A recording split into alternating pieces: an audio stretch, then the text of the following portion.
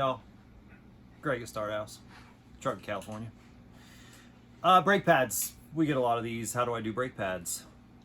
It's usually pretty easy. Can be a nightmare, but let's go over the basics. I recommend before you start this that you go get new brake pads, because the hardest thing to determine is whether or not your brake pads are actually worn out. And if you have a new set at the ready, you better look at the new set versus what you have in the bike to see if your existing pads are actually worn out. Keep in mind you want to look at all the sides of the pad because they won't wear exactly evenly in the bike. So you want to look at front side, back side, bottom, anywhere you can see into the caliper will help you. Helps to have a flashlight to do this, and if your eyes are as bad as mine, some sort of spectacles. So you need to remove the pads obviously out of the bike. There's going to be some sort of keeper system in the caliper to hold the pads in. This is a cotter pin. We're going to pull that out, push from the bottom. If that doesn't work, bring them out of the bottom, thusly. And then I usually like to clean inside the caliper where all the brake dust and schmutz will get gathered up, and we do that with a brush like this and some rubbing alcohol. You could stick a rag down in there, kind of dental floss style. Maybe a toothbrush would fit down in there, but isopropyl alcohol is nice and friendly on this stuff. So you can spray it on the brush, you can spray it in the caliper. A combination of both is probably good. So we're kind of looking something like this. Let's put a little on the brush and the caliper. And really, we want to just sort of flood that. You're really not going to hurt anything in doing this. And I like to do this before we push the pistons back into the caliper so I don't drag any kind of dust or contaminants back into those seals. After I clean out the system, we'll just wipe off the excess stuff here with a little rag.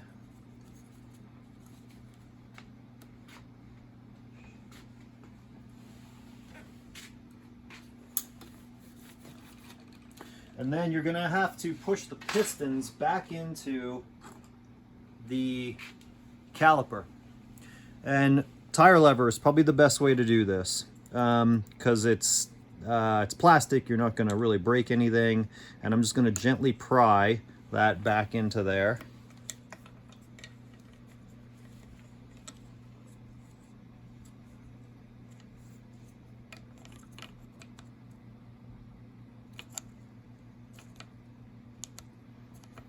Okay, that should give us enough room. Okay, so when you're looking at remaining pad life, this pair is brand new. And what you have to remember is that there is a return spring in there. And that thing has to live in this system. So you have to account for that in the pad life. And when I'm inspecting used pads, I'm gonna look at this side as well as this side, because again, these pads will wear a little unevenly, and you want to use your thinnest bit, because if the rotor starts to drag into that return spring in there, then you're going to have to buy a new rotor as well, and that's not always ideal. So we're going to feed the pads back up in there, or they may come out of the top. Your brake may vary as to this style. I'll put my pad keeper back in.